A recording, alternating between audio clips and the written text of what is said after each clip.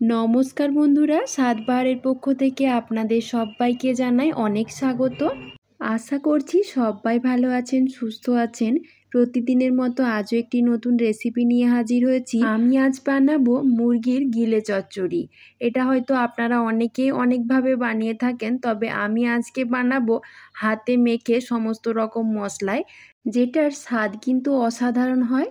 আমি এই প্রথমবারের জন্য মাটির হাঁড়িতে রান্না করতে গিয়ে বেশ কিছু সমস্যায় পড়ে গিয়েছিলাম, যার সব কিছুই আমি আপনাদের সাথে শেয়ার করব। তো বন্ধুরা, ভিডিওটা স্কিপ না করে প্রথম থেকে শেষ পর্যন্ত দেখবেন, আর ভালো লাগলে অবশ্যই লাইক ও শেয়ার করে দেবেন। তাহলে চলুন রেসিপিটা শুরু করি। সবার প্রথমে আমি রান্নাটা বানানোর জন্য এখানে 300 গ্রাম মতন গিলে নিয়েছি।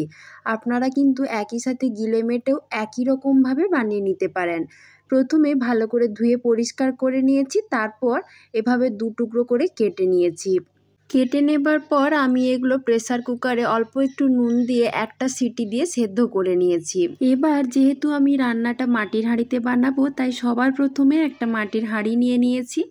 এবার ওই সেদ্ধ করে রাখা গিলেগুলো আমি হাঁড়িটার মধ্যে ঢেলে নিচ্ছি। এরপর এর সাথে এক এক করে সমস্ত মশলা আমি যোগ করে দেব। প্রথমেই দিয়ে দিচ্ছি সমস্ত রকমের গোটা গরম মশলা, তারপর দিচ্ছি 2টো তেজপাতা। এরপরে আমি দিয়ে দিচ্ছি 3টে মিডিয়াম সাইজের কোঁচানো পেঁয়াজ। পেঁয়াজটা কিন্তু একটু বেশি দিলেই ভালো লাগে।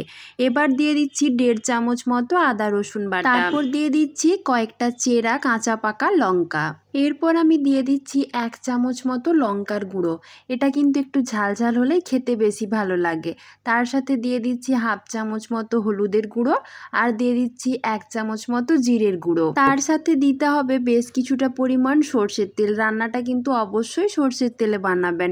এবার দিয়ে দিচ্ছি 1 চামচ মতো গুঁড়ো গরম মশলা। সমস্ত মশলা দেওয়া হয়ে গেছে। এবার হাত দিয়ে খুব ভালো করে সব কিছু একসাথে মিশিয়ে নিতে হবে।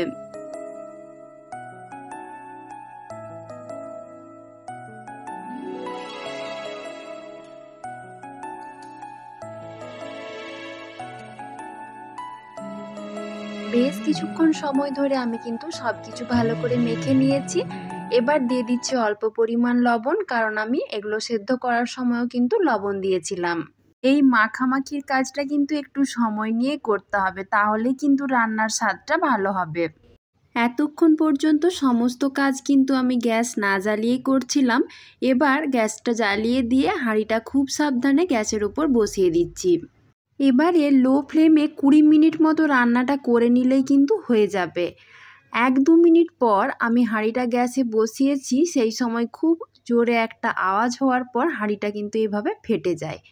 প্রথমে আমি খুব ভয় পেয়ে গিয়েছিলাম, তারপর খুব সাবধানে হাঁড়িটা উনান থেকে নামিয়ে নিয়ে দেখি হাঁড়িটা কিন্তু পুরোপুরি ফেটে যায়নি। হাঁড়ির একটা স্তর এভাবে ছেড়ে গেছে। কি আর করা যাবে, এবার হাঁড়ি থেকে সমস্ত তরকারি আমি নামিয়ে নিলাম একটা কড়াতে। বাকি রান্নাটা আমি কড়াতেই করেছিলাম। এর আগেও আমি কিন্তু বেশ কয়েকবার মাটির হাঁড়িতে রান্না করেছি, কিন্তু কোনোদিনই আমার সাথে এরকম ঘটনা ঘটেনি। পরে আমি বুঝতে পারলাম যে আমি কিন্তু গ্যাসের ফ্লেমটা একটু জোরেই দিয়ে দিয়েছিলাম। প্রথমে আমি ভেবেছিলাম হাই ফ্লেমে মিনিট 4 রান্না করে নেওয়ার পর গ্যাসের ফ্লেমটা কমিয়ে দেব। সব সময় কিন্তু মাটির হাঁড়িতে রান্না করতে গেলে ধিমে আঁচে রান্না করতে হয়, সে গ্যাসেই হোক বা উনুনে। যাই হোক, কি আর করা যাবে, বাকি রান্নাটা আমাকে কড়াতেই করে নিতে হলো। এবার হাঁড়ির ভেতর থেকে সব কিছু বার করে নেবার পর হাঁড়ির গায়ে কিন্তু অনেকটা মশলা লেগেছিল। সেই জন্য আমি খুব সামান্য পরিমাণে একটু জল দিয়ে মশলাটা ধুয়ে কড়াতে ঢেলে নিয়েছি। এবার প্রথমে আমি গ্যাসের ফ্লেমটা কিন্তু একটু জোরেই দিয়েছি, দিয়ে সব কিছু ভালো করে একটু নেড়ে চেড়ে নিচ্ছি। তারপর ধিমে আঁচে 20 মিনিট মতো রান্না করে নিলেই হবে। যেহেতু আমার এগুলো আগের থেকেই সেদ্ধ করা ছিল, তাই রান্না করতে খুব বেশি সময় কিন্তু লাগবে না। এবার একটা থালা ঢাকা দিয়ে আমি রান্নাটা করে নিচ্ছি, তবে থালাটা মাঝে মাঝে খুলে কিন্তু এভাবে নাড়াচাড়া করে দিতে হবে, কারণ এতে কিন্তু একদমই জল দেওয়া নেই, তাই তলার দিকে কিন্তু খুব সহজেই লেগে যেতে পারে।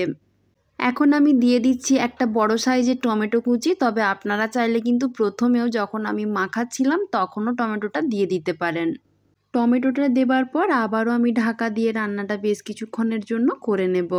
এতক্ষণ পর্যন্ত রান্নাটাতে কিন্তু আমি জলের ব্যবহার করিনি, তবে একদমই শুকনো শুকনো দেখাচ্ছে, সেজন্য খুব সামান্য পরিমাণ জল গরম করে আমি এর সাথে দিয়ে দিচ্ছি। তবে আপনারা যদি মনে করেন শুকনো শুকনো খেতেই ভালো লাগবে, তাহলে কিন্তু জল দেবার আর দরকার নেই। জলটা দেবার পর জাস্ট কয়েক সেকেন্ড মতো একটু ফুটিয়ে নেব, তারপর কিন্তু আমি এটা নামিয়ে নেব। রান্নাটা কিন্তু আমার পুরোপুরি কমপ্লিট হয়ে গেছে। এখন একটা বাটিতে আমি রান্নাটা পরিবেশন করে নিচ্ছি।